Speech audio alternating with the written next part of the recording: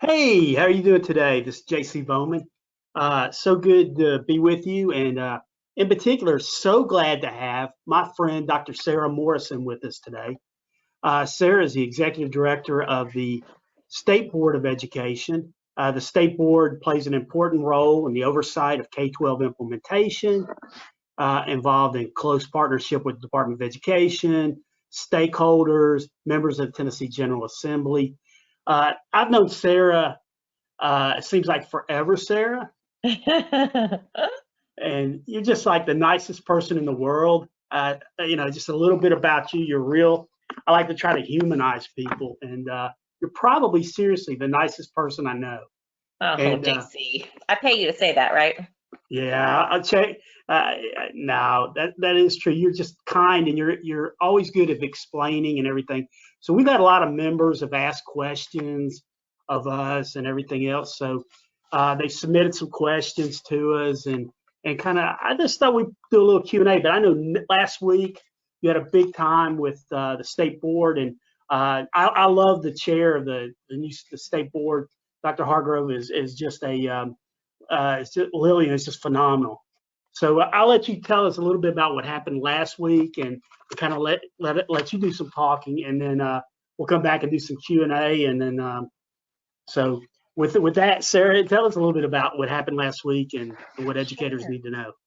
Sure. Well, first, JC, I appreciate you saying all those kind things. I come right back at you. I mean, you and I have known each other for quite a while now, and I just always look forward to the opportunity to partner with you and with Pet.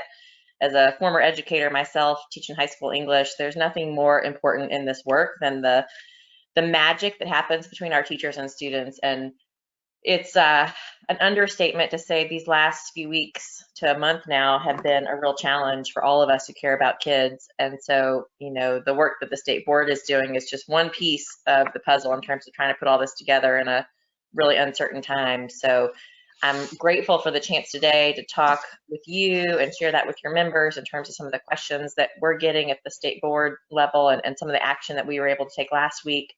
I'll go through the questions that you have for me and answer some of those things that are top of mind for folks. But I do want to say, kind of on the outset of our conversation, just a couple quick things about the process that we took over the last few weeks to get to a place where last Thursday, April 9th, the state board could come together and take action on some emergency rules. This is all playing out in real time. I don't have to tell your members that, and we're all trying to figure it out as we go. But it's been so important to have the partnerships that we have with organizations like yours, JC. We worked closely with you. We worked closely with other teacher organizations, with TOSS, our superintendent's organization, with TSBA, our local school boards association, with our partners at THEC, the Higher Ed Commission, at the Department of Education, the Attorney General's office. I mean, we really tried to make sure we were throwing our net to all of our state partners to get input on these rules. And first and foremost, to understand what issues we needed to be addressing at the state level. What were the things that were bubbling up from the districts and schools in terms of concerns, particularly when we think about closing out this current academic year. We're going to have to come back together, we know, as a state board multiple times over the next few weeks and months to probably take additional action as we think about resuming school and the learning that's been lost. But the rules that the board voted on last week really were the most time-sensitive things, particularly for our graduating seniors, other high school students, and some of the things that were important to get right for this academic year. But it's just, like I said, a piece of the puzzle. There's going to be a lot more that we have to figure out together as we move forward. So just appreciate your partnership. We tried to balance the need for local flexibility with a statewide approach across these rules, because in some cases we know we need local flexibility for things that are playing out very differently from school to school.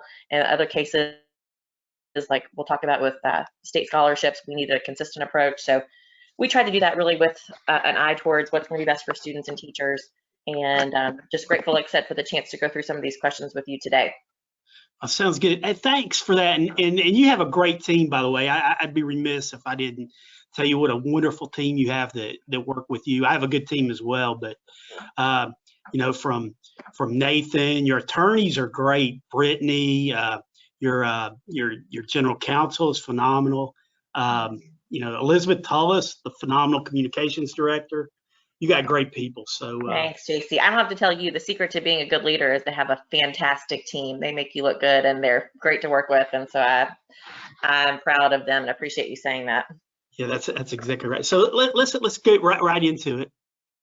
We know that the state board changed the required credits from 22 to 20 for graduating high school seniors. Some schools, one of our members asked that they were on the block system.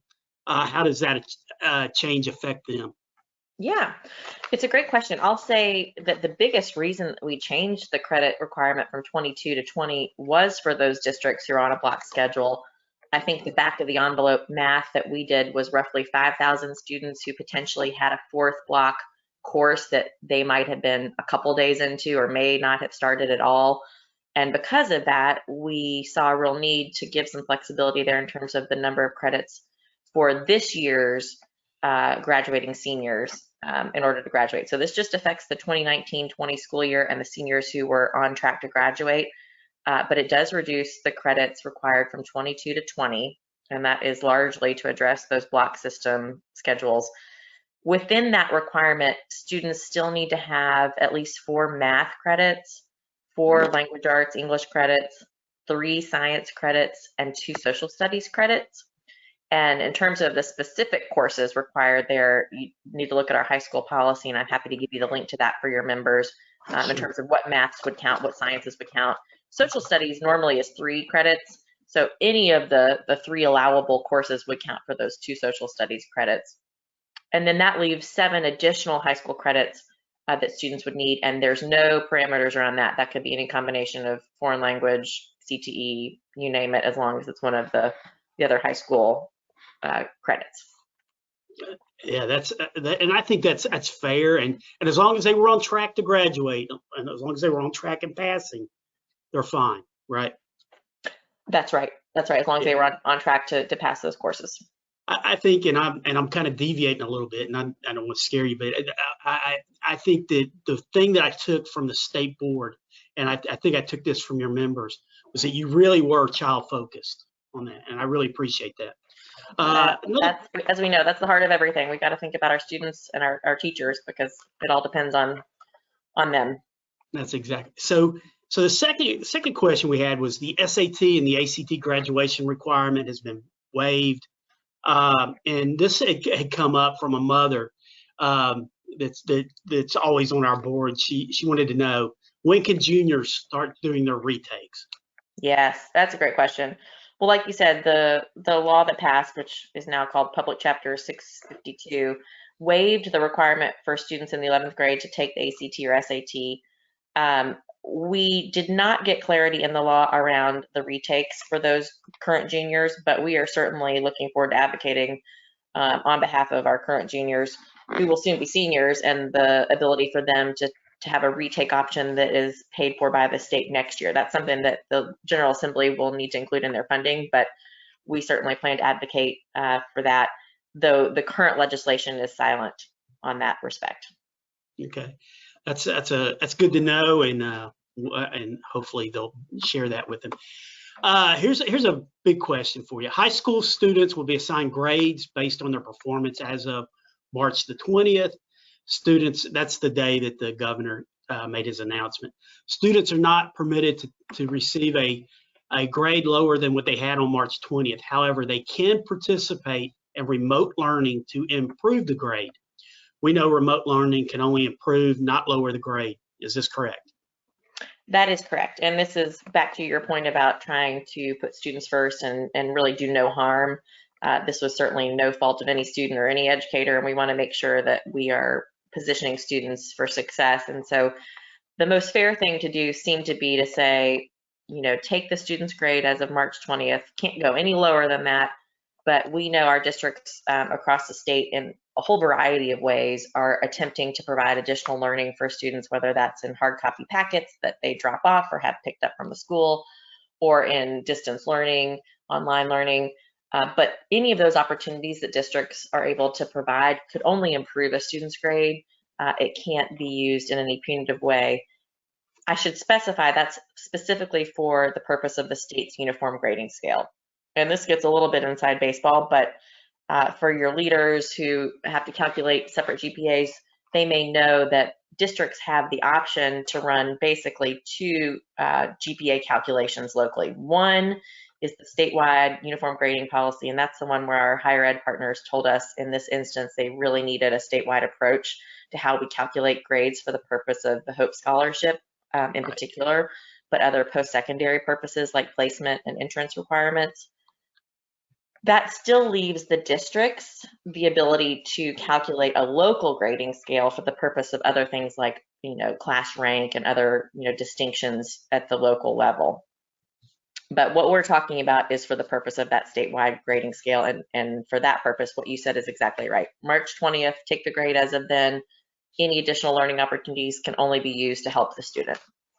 And I think that's fair. And I really, again, I listened to the conversation that took place, which, by the way, throwing this out, was done online. I think that's the first time you guys have ever done an online meeting.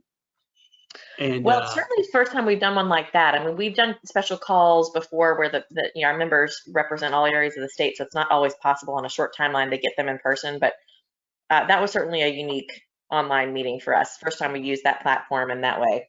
Yeah, we told people, said if you're going to tune in early, and I think you were probably maxed out because a lot of people, I believe, tuned in for that. We were. I know I had several people tell me they couldn't get on because we had maxed out. So yeah, it was definitely well attended. Yeah, so that's a good thing, and that's a good thing because I think you guys do a lot of work and people are not aware of the good things that you guys do. So I think it was a good opportunity and some of this downtime for educators to become more aware of how effective and some of the real good discussions that take place with the members of the state board. So I thought that was a good thing for them to be exposed to. So we highlighted it.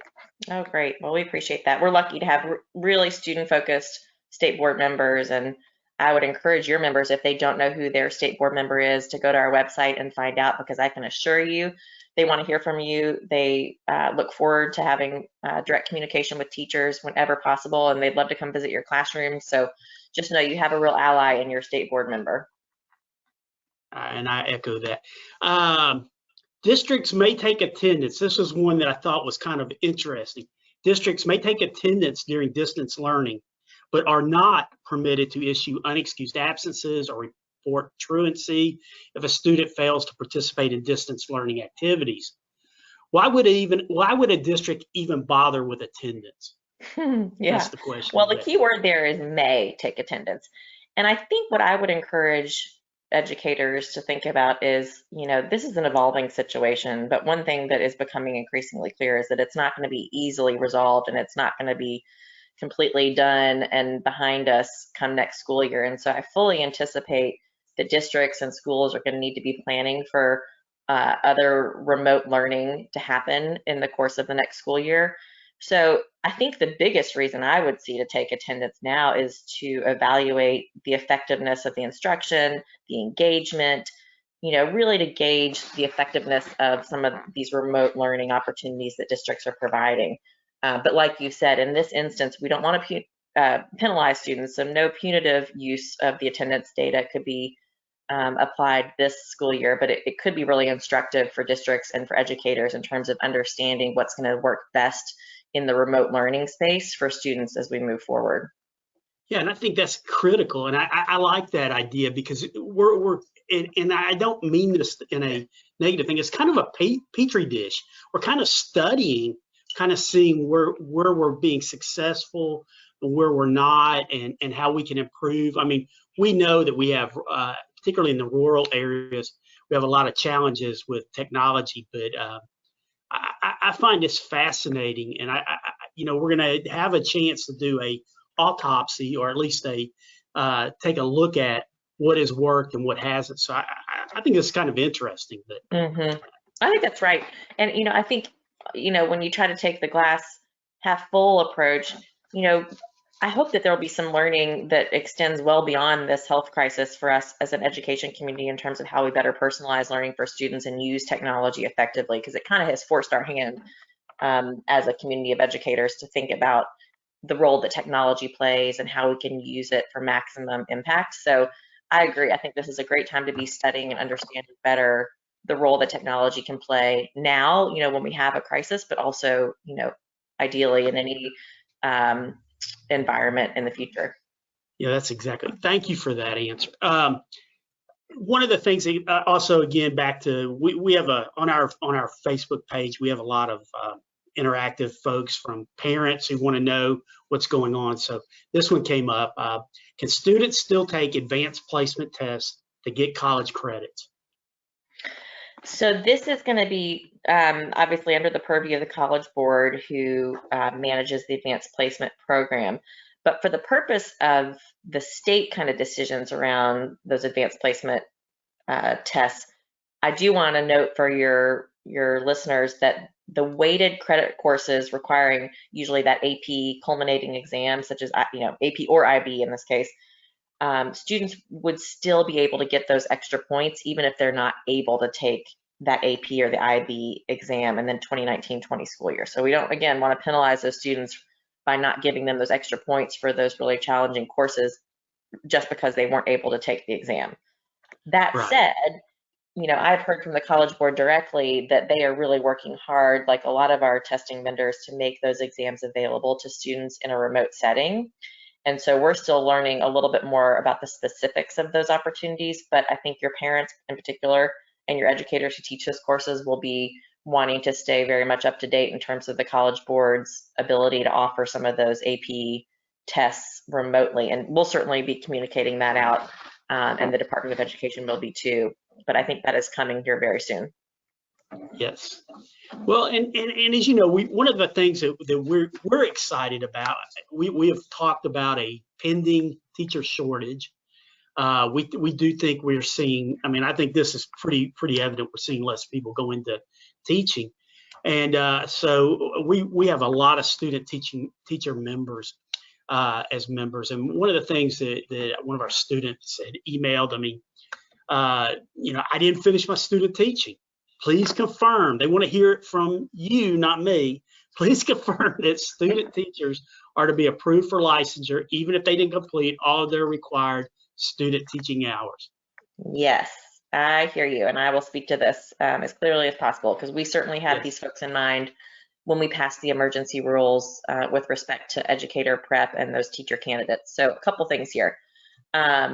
The emergency rules that the board passed last week clarify very specifically that candidates whose clinical experiences, such as the student teaching requirement, were interrupted or truncated due to the COVID-19 crisis this current spring, shall remain eligible for recommendation for licensure. So their educator prep program still retains the ability to recommend those candidates, even if they have not completed their student teaching requirements. The program still has the ultimate determination in terms of who to recommend for licensure, but they are in no way prevented from recommending those candidates only because of the lack of ability to finish that student teaching requirement. And so if you're a student teacher and you're hearing this, you did hear from the expert on the field. So that's good to know, and appreciate you for that. And our student teachers who are coming up are probably some of the best. I love our veteran teachers, and I think they do incredible work. And I'm also excited about some of the future student teachers who are coming up. So I think we got some good people coming up, and it's always going to be a changing and evolving field. So anyway, thank you for taking the time for that. Yes, well, those folks don't need to worry. Like I said, they should be on track for licensure, and it's not going to be an issue that they didn't finish student teaching through no fault of their own. Right. So one of my big things back to the teacher shortage, we pushed Ben Torres from TSVA and I were real big in pushing this, and you guys were at the table. Thank you for that. On out-of-state educators and administrators, they no longer need to pass the praxis to enter Tennessee to teach. And I know there's a little more details than that, but is that correct? Yes, and this is something I'm really excited to talk about too, JC, because I agree, and especially as a state that borders 8 other states, we know our districts are often hiring or trying to recruit from out of state, and this has been a barrier in the past for those districts, often in terms of recruiting out of state educators.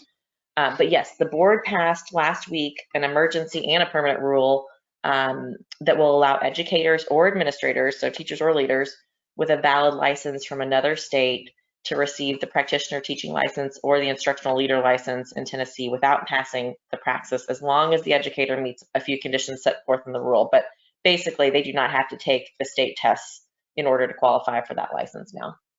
And I think that's going to be a good recruitment too. We know that it was either the reigning teacher of the year for the state of Georgia wanted to move to Tennessee and was told they would have to retake it. And they said, you know what, I'll just stay where I'm at. And so we're losing out. So we think this is a good thing. I have heard, and this is from a teacher, I have heard that all educator license set to expire have been extended until August 2021. Can teachers keep taking professional development hours? Yes. So just like our new teachers, those educators who are already in classrooms across our state who had a license that was set to expire this August will have an additional year to meet those licensure requirements. So for some teachers, that will mean additional professional development points that they need. In other cases, it might have been a licensure test that they were still waiting to try to take. But either way, those folks who had a license that was set to expire this August 2020 will have until August 2021 to meet those requirements to renew or advance their license. And that certainly does not prevent an educator from continuing to take professional development hours. For many teachers, that's how they're getting their points towards renewal or advancement, and that absolutely can and should continue. Nothing here will prevent that. We are through with teacher evaluations for the year, including kindergarten portfolios. Kindergarten teachers seem to be the one group of people who don't get this memo. Teachers have heard on the evaluations, but the kindergarten portfolios, and I know there was some changing in that, and as you evolved, is that changed? But would you address that for us on evaluations and kindergarten portfolios? Yeah, I'll do my best here, and you tell me if this is, I hope, answering the question. So one of the things that the emergency rules last week took on necessarily was the issue of overall effectiveness levels for all educators. So whether you're, doing one of those kindergarten portfolios or you're a math teacher in the high schools, regardless, we're not going to have both the time that we need as educators to finish out the portfolios in this instance, the observations that are a big part of our teachers' overall scores, the student testing, is waived for this spring now, so we won't have that student testing data. So for a variety of reasons, as a state, we're not going to be able to calculate those overall levels of effectiveness, and that was something that we codified and made clear in the rules that were passed last week. So furthermore, though, for those portfolio teachers, particularly those in kindergarten, Public Chapter 652, which is the legislation that passed right before legislators recessed because of this health crisis, clarifies that the state cannot require pre-K K teachers to be evaluated using that growth portfolio for the 1920 school year. So that same provision applies to other educators who are using a student growth portfolio, whether it's the PE teachers or some of our other educators who utilize a similar portfolio approach. And so again, I really appreciate that answer. And then a couple things, some of these changes as you debated them, I think this question came up, and I know a lot of them, they like some of the changes, particularly I think some of the evaluation stuff, and I think teachers were real pleased. And so the question became, any chance some of these emergency rules can be made permanent? And then if so, which ones? And kind of a little freelance on that. Yeah, well, I will say, I mean, my hope, like I'm sure your members, is that this crisis does not continue indefinitely, and that we do get back to a world where teachers are getting high quality feedback and there are evaluation scores that get calculated again. This isn't something that we, foresee being, indefinite. But that said, the emergency rules are only good for 180 days. So we fully anticipate and are beginning to plan for our May quarterly meeting, which will be at the very end of May, for some of these rules to be made permanent. I'm not sure yet exactly which provisions or maybe parts of a rule, but we're looking into that right now, and we will be making those determinations kind of in the coming weeks in terms of which pieces of these emergency rules do need to be permanent. It certainly won't be everything, because a lot of it is specific to the time and place that we find ourselves right now. But I'd be happy to stay in touch with you, JC, and through you with your members about the parts that will be up for a permanent rule when we come back together as a board at the end of May. Okay. And then let me, and I wasn't going to hit anything else, but the bottom line is, can you close us, Sarah? Tell us a little bit more, what again, we're in uncertain times. People are searching for information. Is there anything bits of wisdom that just from your experience there, you're on the firing line, you talk to legislators every day, I talk to some, but would you care to share anything? What are they thinking? What are you hearing? Is there any tidbits of wisdom you could pass on to our educators? Well, I'll give you just some random thoughts that I've had and conversations that I'm having. First, I mean, we say this all the time because we believe it, JC, as former educators and people who work in the education community, but the work that teachers do is just so important. And we know that because we're educators. But I think this public health crisis has underscored that in a way that nothing else could have for our legislators, for other members of the public who are not educators, who sometimes may do lip service to the value of education, but perhaps have not understood as deeply as they do now when they find themselves as parents, many of them at home with their kids trying to do like additional learning and seeing just how challenging the role of a teacher is to connect and engage with kids every day in a way that's meaningful and is stretching them and maximizing their full potential. So I think if there's any kind of silver lining for educators, I think the value of their work is something that nearly everyone appreciates in a new way, just as a result of everything that we're experiencing together in this crisis. So I think that's one thing that's struck me in the conversations that I've had with legislators, with members of the public, with other parents, friends and family.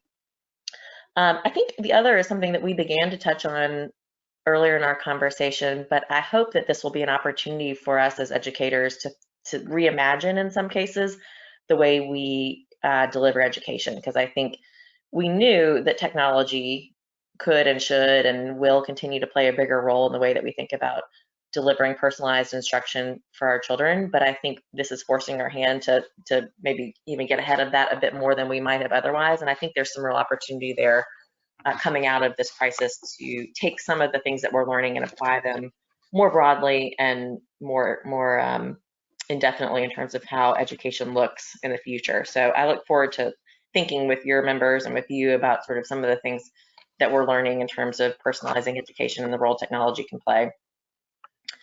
Beyond that, I think it's about kind of trying to stay sane right now for all of us. We're all juggling a lot. I mean, I know I've got an 18-month-old and a almost 9-week-old at home, and my days are just so full. And I hope your educators are taking care of themselves, doing what they can for their kids, but really just allowing a lot of grace, because it's a challenging time. We're all juggling, and I think whatever you can do to kind of keep your oxygen mask on is a good thing right now. So well spoken, so well spoken. And I'll just close with this and say, Sarah, thank you for your time, your energy into this. Thank you for what you do for educators. I know your heart. You are a school teacher. You're a cross-country coach. I forgot to mention that. I've always thought that was impressive. The only time I run is to the refrigerator. I'm doing a lot of that these days, I'll tell you. But I cannot thank you enough for taking time out of your day. And again, we just really appreciate our partnership with the state board. Again, you got a great team, great leadership there, and we thank you for this. And with that, I want to say, hope our educators take our advice, share this with other educators. You're here getting the information directly from whence it came. She was on the cutting edge of making these changes happen. And that's our conversation today. Thank you, Sara Morrison. Thank you, JC, and thank you to your members.